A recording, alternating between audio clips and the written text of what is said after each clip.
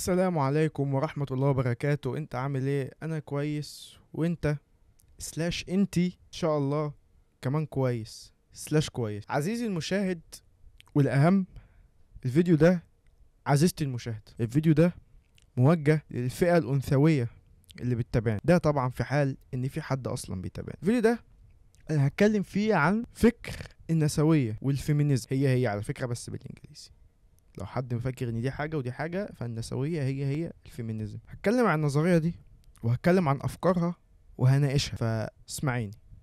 الفيديو ده غير كل الفيديوهات، لان انا طبعا اللي بيتفرج عليا عارف ان انا اللي دايما بقول اللي مش عاجبه الفيديو يطلع منه، اللي مش عاجبه الكلام عنده امكانيه يطلع منه. بس الفيديو ده يهمني ان الناس تسمع، انه بيتسبب في مشاكل كبيره.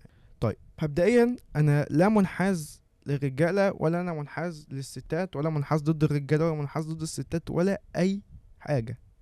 انا بتكلم من منطلق الحياد ومن منطلق المنطقيه. ولو انت طلعت من الفيديو ده من غير ما تقتنع بكلامي، ما تتابعينيش تاني. تمام. انتشرت في الفترة الأخيرة جروبات كتيرة قوي للنسوية، واخد بالك؟ وبقيت الستات تنشر هناك مشاكلها، سواء كانت شخصية أو عامة، بتنشر الغسيل كله. والجروب ده بيعمل ايه بقى؟ الجروب ده او اول حاجه بيبدا يسخن يسخن يسخن، ولا اجدعها بوتاجاز 9 شعله، يسخن الوضع، مع انه المفروض يحل، المفروض على الاقل يفكر بمنطقيه. بس كل اللي بيعمله ان هو بيحول الجنس الذكري لفيلن، لشرير. انا حاسس ان صوت المروحه طالع في المايك، صح؟ الواحد ما يقدرش يقعد من غير مروحه يا جدعان. حاولت اغير اتجاهها قدر الامكان. تمام، نرجع لموضوعنا.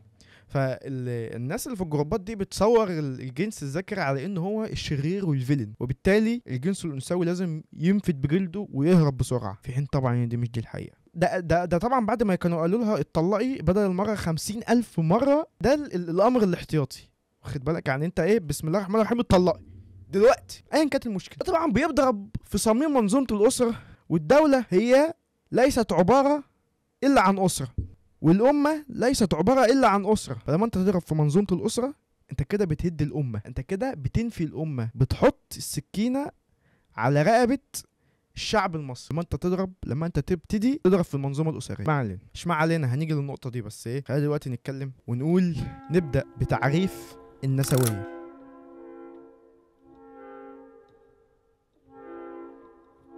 في ناس كتير قوي بتتبنى النسوية وهي أصلا مش عارفة أفكار النسوية. وأنا متأكد إن أنت لو عرفت النسوية بتهدف لإيه وأسبابها إيه ومين اللي طلع بيها، هتغير رأيك أو هتغير رأيك. النسوية يا سيدي هي حركة تهدف إلى المساواة التامة بين الجنسين، الذكر والأنثى، مساواة تامة اجتماعيا وسياسيا واقتصاديا وكل حاجة، وإعطاء كافة الحقوق وكافة الفروض المفروضة على الرجل. هو ده فكر النسوية باختصار. الحركة النسوية أصلا ظهرت في المجتمع الغربي من الأول. يعني احنا الأول في العرب ما كانش فيه نسوية. طب هي ليه ظهرت في المجتمع الغربي وما ظهرتش في المجتمع العربي؟ لأن المجتمع الغربي زمان كانش بيدخلها الإسلام، دي أولا. ثانيا كانت النساء فيها بتتعرض لقهر شديد، فعلا كانوا مظلومين لدرجه ان هم يقعدوا يفكر هي الست دي ايه، هو ده ريموت تلفزيون، هم شاكين ان هي بني ادم اصلا. فهو فعلا كانت بتتعرض لقهر شديد، خصوصا ان مفيش اي سلطه كانت بتقع في ايد انثى زمان، فما كانش ليهم تقريبا خلاص من اي جهه. بعد كده جاءت الحداثه والديمقراطيه والراسماليه وحريه الراي والتعبير وما الى ذلك. والافكار دي كلها فتحت المجال للنسوية عشان تنتشر وتغزو كل الناس.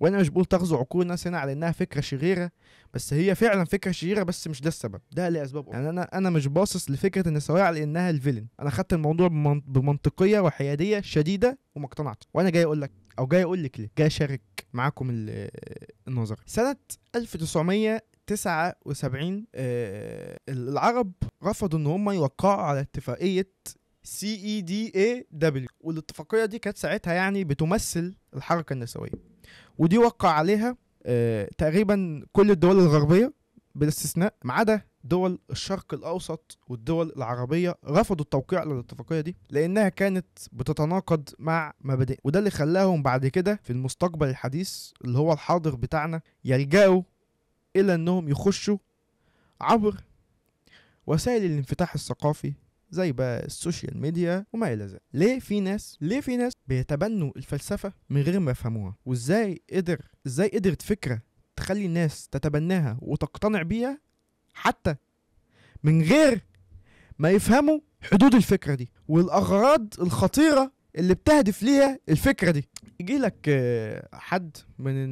حد من الناس اللي متبنيين فكره نسويه ويخش لك من منطقه ان انت ما بتاخديش حقوقك الكامله، وان انت المفروض ليكوا حقوق وواجبات، واشمعنى هم، اشمعنى احنا لا، واشمعنى هم اشمعنى هنا كلمه السر هنا يا جدعان، اشمعنى مش عارفه ليه اشمعنى لان انتوا مش متساويين. العدل حاجه والمساواه شيء اخر. المساواه ظلم ليك مبدئيا، مساواة الرجل بالأنثى ظلم للأنثى. وهتفهمي ليه. طبعا دلوقتي الناس هتيجي عليا وانت ضد المرأة وانت مش عارف ايه. لو انت ما طلعتيش من الفيديو ما غيرتيش اي حاجة في طريقة تفكيرك ساعتها ما تتابعينيش تاني. إذا طبعا كان في حد بيتابع. المهم ان هم بيستغلوا فكرة اشمعنى وفكرة ان في فعلا نساء بيبقى عندهم تجارب سيئة مع الرجالة، وبيستغلوا النقطة دي ويلعبوا عليها، ويحاولوا من خلال الحكاية دي بس يمرروا كل الأفكار والمعتقدات والأفعال اللي بتخدم مصالح الفكرة دي من غير، والشخص اللي بيتبناها من غير ما يبص للجوانب التانية. يعني هو دخلك من جانب واحد بس وانت اقتنعت على طول، اقتنعت في ساعتها، ما فكرتش ايه اللي بتتعارض مع الفكرة دي. الحاجة التانية اللي بيمرروا من خلالها الفكرة دي هي التحضر والرقي والانفتاح، وانت لازم تبقى open minded ولازم تبقى منفتح ثقافيا واكثر تحضرا من كده. اللي انت كنت فيه ده يا ابني ده تخلف ورجعيه، فانت لازم تقبل فكره زي فكره النسويه. ده مين بيقول لك كده؟ بيقول لك كده البلاد اللي منتشر في بلادهم العنصريه. ما علينا يعني ما علينا. النسويه هي اللي متحضره والعنصريه خلاص انا اسف. فيصدر لك الفكره دي في غلاف من التحضر والرقي والانفتاح، وانت تاخد الفكره بالغلاف ما تفتحش الغلاف، تفضل منخدع بالغلاف اللي بره والفكره جوه حاجه تانية خالص.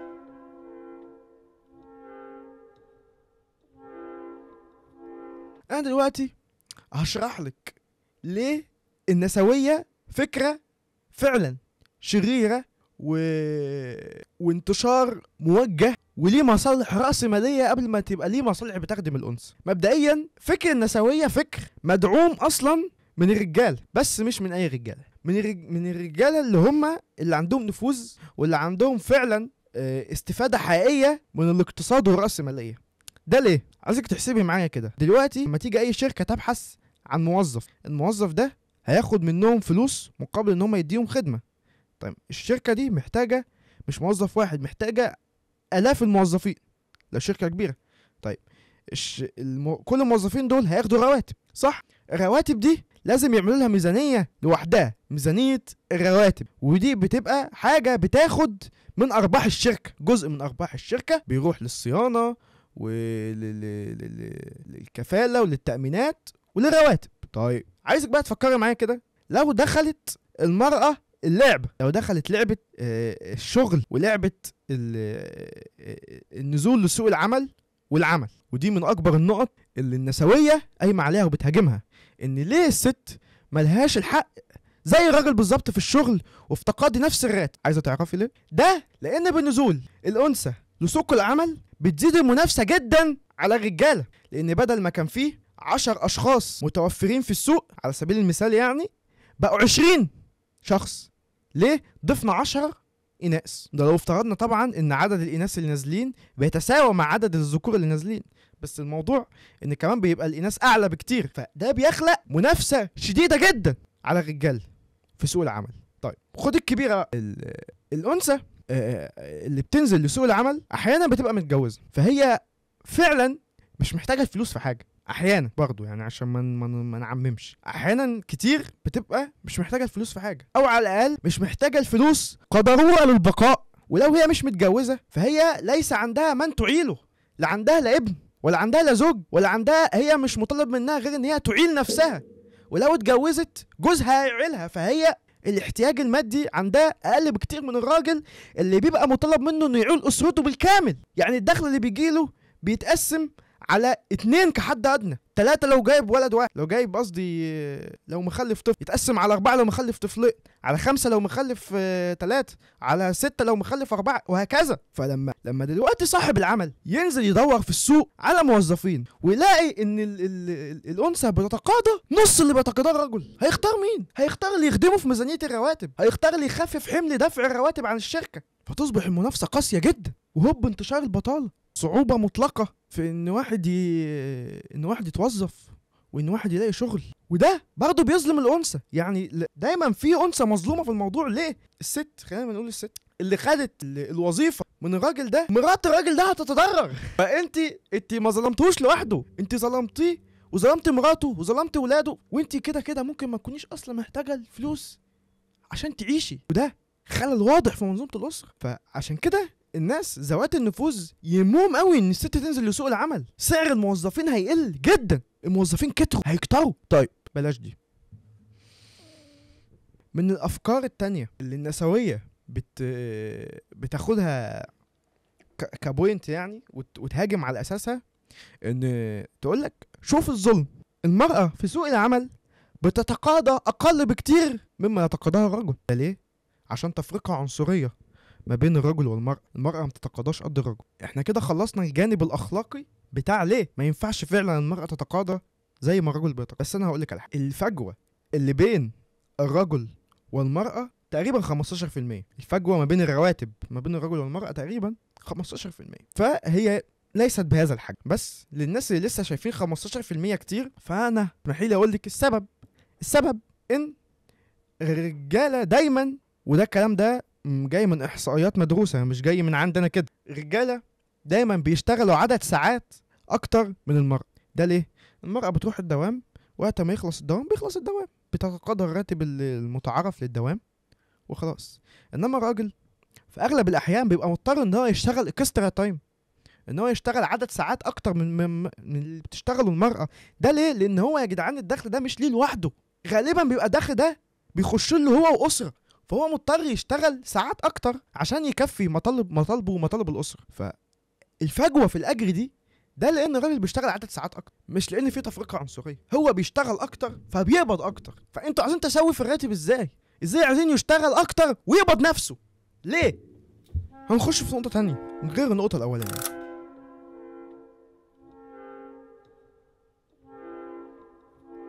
لماذا لا تصلح المرأة بيولوجيا لأداء نفس الأعمال التي يقوم بها الرجل؟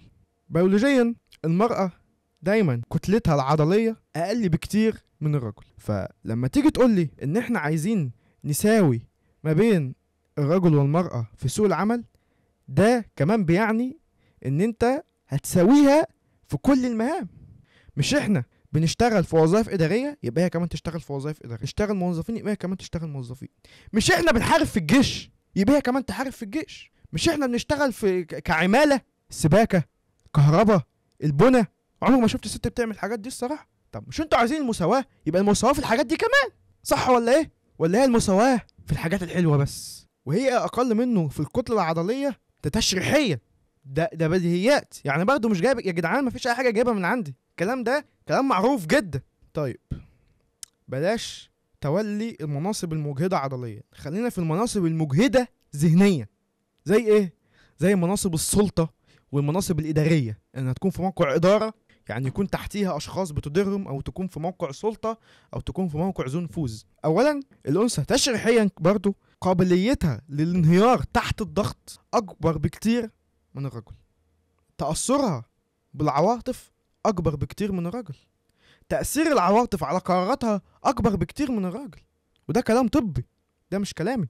الهرمونات عندها أنشط، اتخاذ القرارات ما بيبقاش دايما بحيادية، وتأثير الضغط على المرأة بيخليها مش قادرة تعيش حياتها بشكل طبيعي أو بسعادة.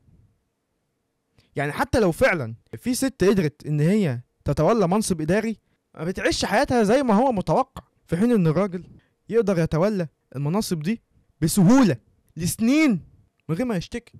وانا مش بقول بقى ان كل الرجاله يقدروا يعملوا كده وان كل الستات ما يقدروش يعملوا كده، بس انا بقول ان الراجل مهيأ انه يستقبل الضغط، الست مش مهيئة. كونها استقبلته هي ضغطت على نفسها. طب وليه؟ ما كل واحد يكون في مكانه ويعمل الحاجة اللي هو يقليها.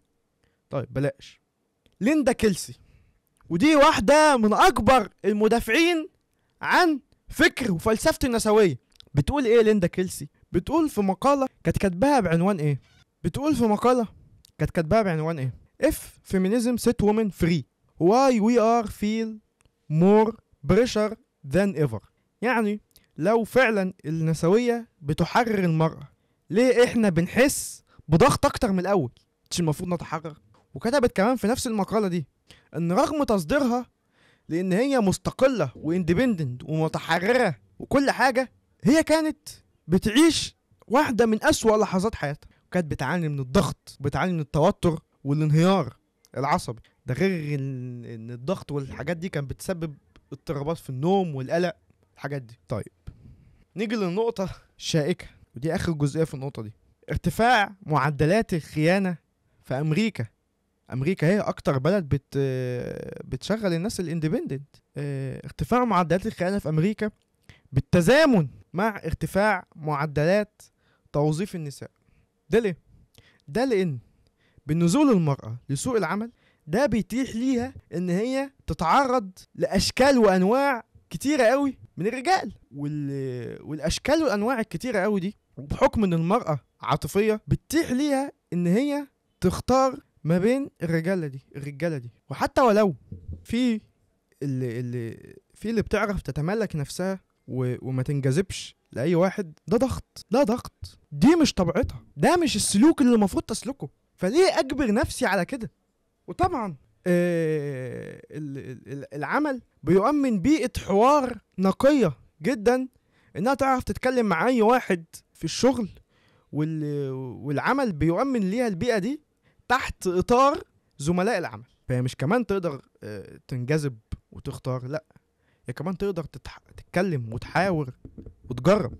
وعشان ما بقاش منحاز، برضو الرجالة مش ملايكة لهذه الدرجة. ده لانه ايه؟ لانه برضو وقائع التحرش في العمل بتحصل كتير من الرجال، بتحصل كتير، انا مش هكذب. ده برضو لنفس السبب، ان دي طبيعة البني ادمين. الرجل بينجذب والانثى بتنجذب للرجل. عايزين تعكسوا الطبيعة دي ازاي؟ يعني انا حتى كنت معترض ان لو عايزين توظفوا المرأة وظفوها في مكان لوحده، ما تخلطوش الموضوع ببعض. يعني يوم ما تيجوا اعملوا غلط اعملوه صح بقى. يعني ليه انتوا ليه مصرين تدمروا المنظومة الأسرية؟ امشي دلوقتي عشان ورايا ميعاد مهم، احاول اصور الجزء التاني من الفيديو قريب، بس للاسف لازم امشي الان. السلام عليكم. انزل بسرعة.